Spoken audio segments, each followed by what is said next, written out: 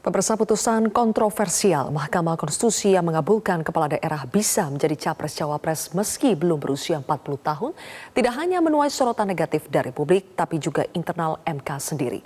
Hakim Konstitusi Arief Hidayat lantang menyatakan Indonesia sedang tidak baik-baik saja lantaran ada kekuasaan yang terpusat di tangan-tangan tertentu. Sebelumnya, Wakil Ketua MK Saldi Isra juga mengungkap ada hakim konstitusi yang terlalu bernafsu cepat memutuskan gugatan usia capres-cawapres. Kini, MK membentuk Mahkamah Kehormatan MK atau MKMK untuk menelusuri dugaan pelanggaran etik hakim konstitusi.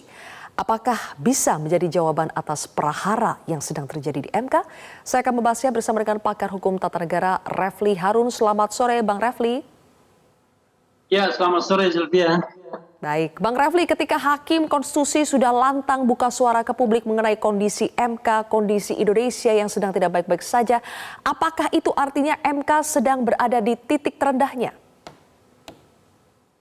Iya, kalau yang kritik orang luar ya, mereka bisa mengatakan karena kita tidak puas dengan putusan dan lain sebagainya.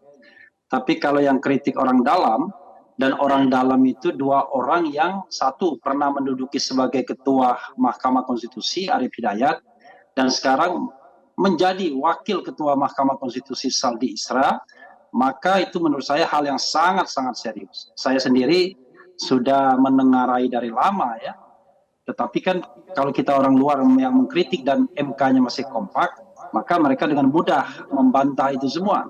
Tapi kalau sekarang mereka terbelah sendiri, terpecah sendiri, maka masyarakat kita semua dapat melihat bahwa memang MK tidak sedang baik-baik saja.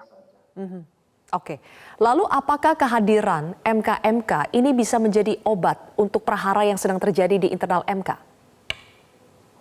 Saya baru merasa bahwa MK-MK itu punya nyali kalau dia berani memecat hakim konstitusi yang punya konflik of interest, terlibat katakanlah merekayasa kasus tertentu untuk memberi peluang orang tertentu misalnya, atau paling tidak menonaktifkan atau melarang orang-orang tertentu untuk duduk dalam jabatan pimpinan, baik ketua, wakil ketua Mahkamah Konstitusi misalnya.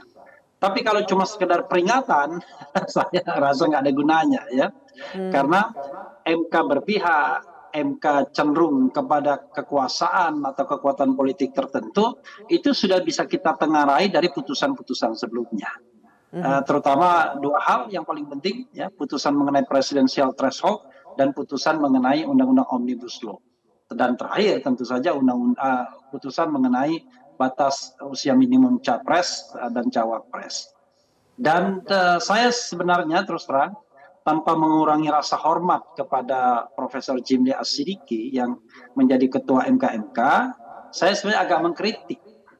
Karena kalau kita lihat dari pembacaan berita selama ini, Prof. Jimli kan melipir ke tim Prabowo dan pasangannya Gibran sekarang tentunya.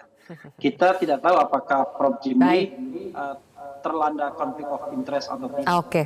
Bang Refli, mohon maaf, keraguan soal Prof. Jimli Asyidiki ini kan juga tercetus dari berbagai pihak. Salah satunya dari Menko Polhukam, tidak spesifik mengkritik Prof. Jimli, tapi mengatakan bahwa MK-MK itu bisa dibeli. Nanti kita akan bahas lebih jauh seusai azan maghrib, sesaat lagi pemirsa.